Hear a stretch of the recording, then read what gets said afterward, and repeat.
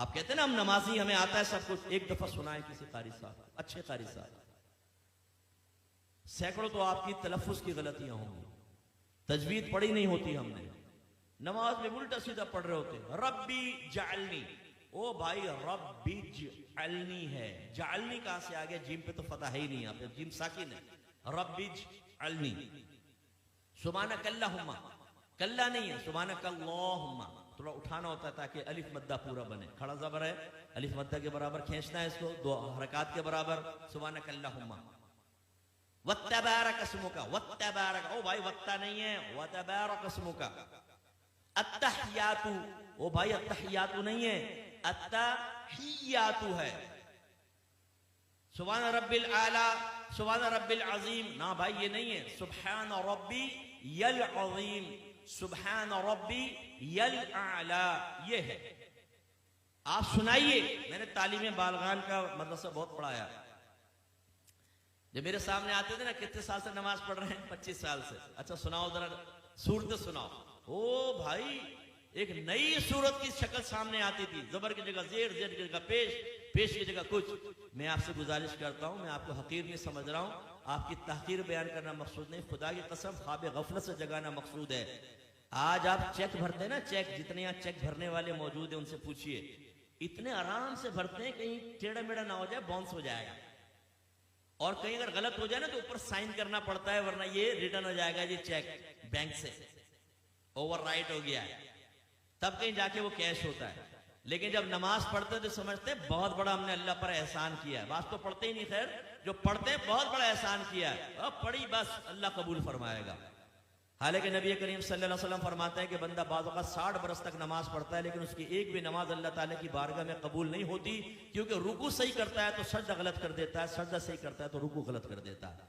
एक रिवायत में फरमाया, बाज नमाजी ऐसे हैं कि मस्जिद के दरवाजे से बाहर नहीं निकलने पाते, कि उनकी नमाज पुराने कपड़े की तरह लपेट के उसके मुंह पे मार दी जाती है। एक रिवायत में फरमाया, जब नमाजी बाज़ औक़ात नमाज खत्म करता है तो नमाज उससे ये कहती है, अल्लाह तुझे ऐसा ही बर्बाद कर दे जैसा तूने मुझे बर्बाद किया।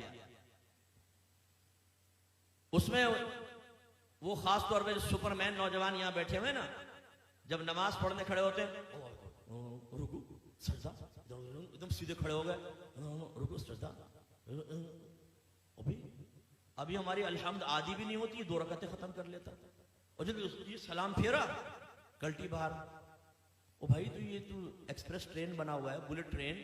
ये तेरा फायदा क्या हुआ नमाज पढ़ने का, यानी सर से बोझ उतार रहे हो। आपने देखा जुमे की नमाज के बाद जैसे ही इमाम साहब सलाम फेरते हैं, जूतियों पर रश लग जाता है,